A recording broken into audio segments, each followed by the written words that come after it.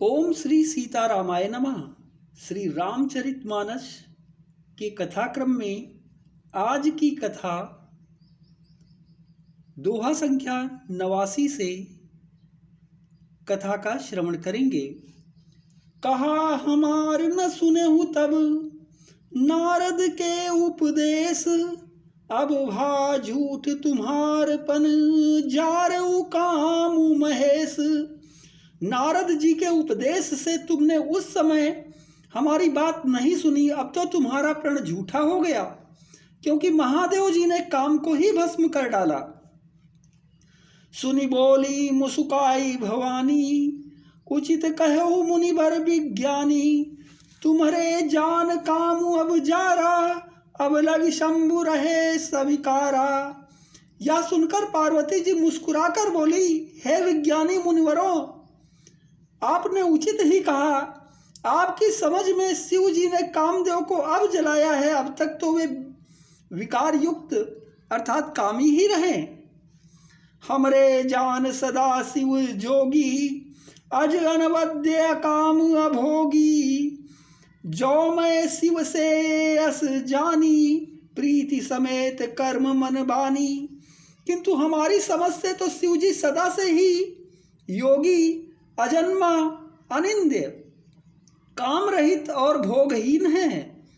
यदि मैंने शिव जी को ऐसा समझकर ही मन वचन और कर्म से प्रेम सहित उनकी सेवा की है, तो हमार पन सुनो मुनीसा, करिहै सत्य कृपा निधीसा।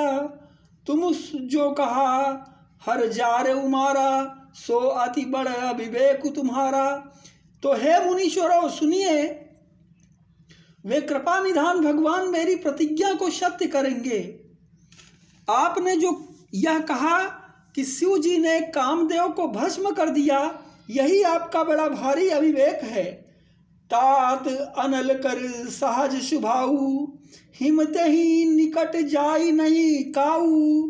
गए समीप सो अवसी नसाई, असी मन मत महेश की नाई। हे तात, अग्नि का तो यह सहज स्वभाव ही है कि पाला उसके समीप कभी जा ही नहीं सकता, और जाने पर वह अवश्य नष्ट हो जाएगा। महादेव जी और कामदेव के संबंध में भी यही न्याय समझना चाहिए। ही हर से मुनि बचन सुनी, देखी प्रीति विश्वास। चले भवानी नाई सिर, गए हिमाचल पास। पार्वती के वचन सुनकर और उनका प्रेम तथा विश्वास देखकर मुनि हृदय में बड़े प्रसन्न हुए। वे भवानी को सिर नवाकर चल दिए और हिमाचल के पास पहुँचे। सब प्रसंग गिरपति सुनावा, मदन दहन सुनी अति दुख पावा। बहुरी कहो रति कर वरदाना, सुनु हिमवंत बहुत सुख माना। उन्होंने पर्वतराज हिमाचल को सब हाल सुनाया। कामदेव का भस्म होना सुनकर हिमाचल बहुत दुखी हुए। फिर मुनियों ने रति के वरदान की बात कही, उसे सुनकर हिमवान ने बहुत सुख माना। हृदय विचारी शंभु प्रभुताई, सादर मुनि बर लिए बुलाई। सुदिन सुन खतु सुघरी सोचाई, बेगी वेद विधि लगन धराई। शिव जी के प्रभाव को मन में विचार कर हिमाचल ने श्रेष्ठ मुनियों को आदर पूर्वक बुला लिया और उनसे शुभ दिन, शुभ नक्षत्र और शुभ घड़ी शोधवाकर वेद की विधि के अनुसार शीघ्र ही लग्न निश्चय कराकर लिखवा लिया। पत्नी पत्री सप्तऋषि ने सोई दीन्ही, गही पद विनय हिमाचल कीन्ही। जाय विधिन तिन दीन सो पाती, बाचत प्रीति न हृदय समाती।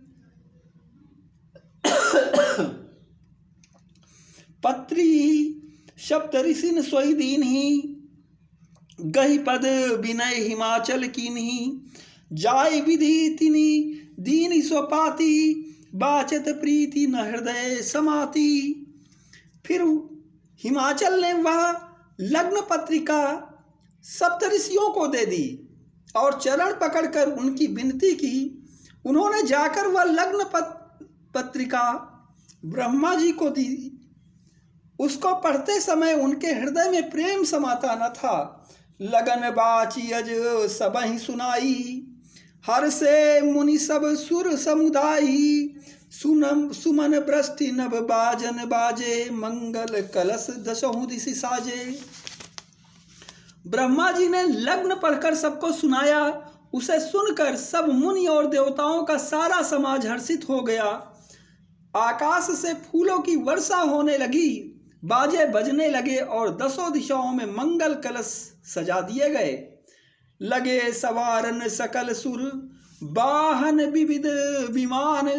हो ही सगुन मंगल सुभद, करही अप्सरा गान। सब देवता अपने भांति भांति के वाहन और विमान सजाने लगे, कल्याणप्रद मंगल शकुन होने लगे और अप्सराएं गाने लगी।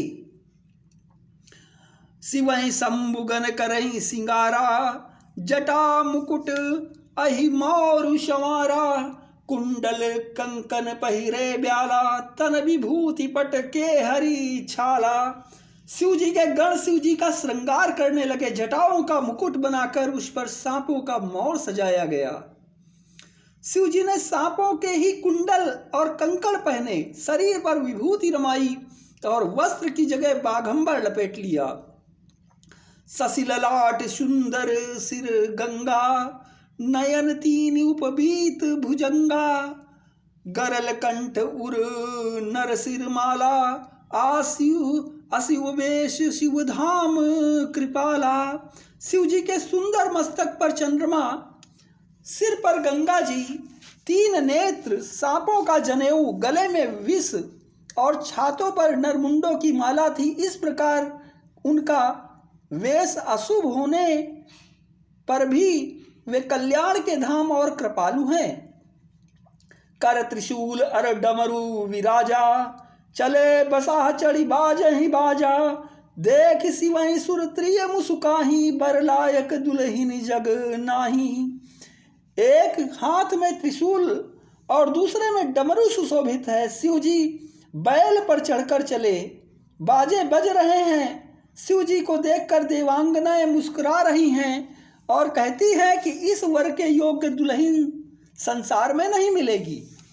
विष्णु विरंची आदि सुर ब्राता, चढ़ी चढ़ी वाहन चले बराता। सुर समाज सब भांति अनुपा, नहीं बरात दूल्हा अनुरूपा। विष्णु और ब्रह्मा जी आदि देवताओं के समूह अपने अपने वाहनों पर चढ़कर बारात में चले। देवताओं का समाज इस प्रकार से अनुपम था, पर दूल्हे के योग्य बारात न थी। विष्णु कहा अस बिहसी तब, बोल सकल दिशिराज। बिलग बिलग होई चलहु सब, निज निज सहित समाज। तब विष्णु भगवान ने सब दिक्पालों को बुलाकर हंसकर ऐसा कहा, सब लोग अपने अपने दल समेत अलग अलग होकर चलो। बर अनुहारी बरात न भाई, हंसी करे हहु परपुर जाई। विष्णु बचन सुनी सुर मुसुकाने, निज निज सेन समेत निज निज सेन सहित बिलगाने। हे भाई, हम लोगों की यह बारात वर के योग्य नहीं है, क्या पराये नगर में जाकर हंसी कराओगे? विष्णु भगवान की बात सुनकर देवता मुस्कुराए और वे अपनी अपनी सेना सहित अलग हो गए। मन ही मन महेश मुसुकाही, हरि के बिंग बचन नहीं जाही। अति प्रिय बचन सुनत प्रिय केरे, भृंगी प्रेरी शकल गन टेरे। महादेव जी यह देखकर मन ही मन मुस्कुराते हैं कि विष्णु भगवान के व्यंग्य वचन नहीं छूटते। अपने प्यारे विष्णु भगवान के इन अति प्रिय वचनों को सुनकर शिव जी ने भी भृंगी को भेजकर अपने सब गणों को बुलवा लिया। शिव अनुशासन सुनि सब आए, प्रभु पद जलज शीस तिन्ह नाये। नाना वाहन नाना बेसा, बिहसे शिव समाज निज देखा। शिव जी की आज्ञा सुनते ही सब चले आए और उन्होंने स्वामी के चरण कमलों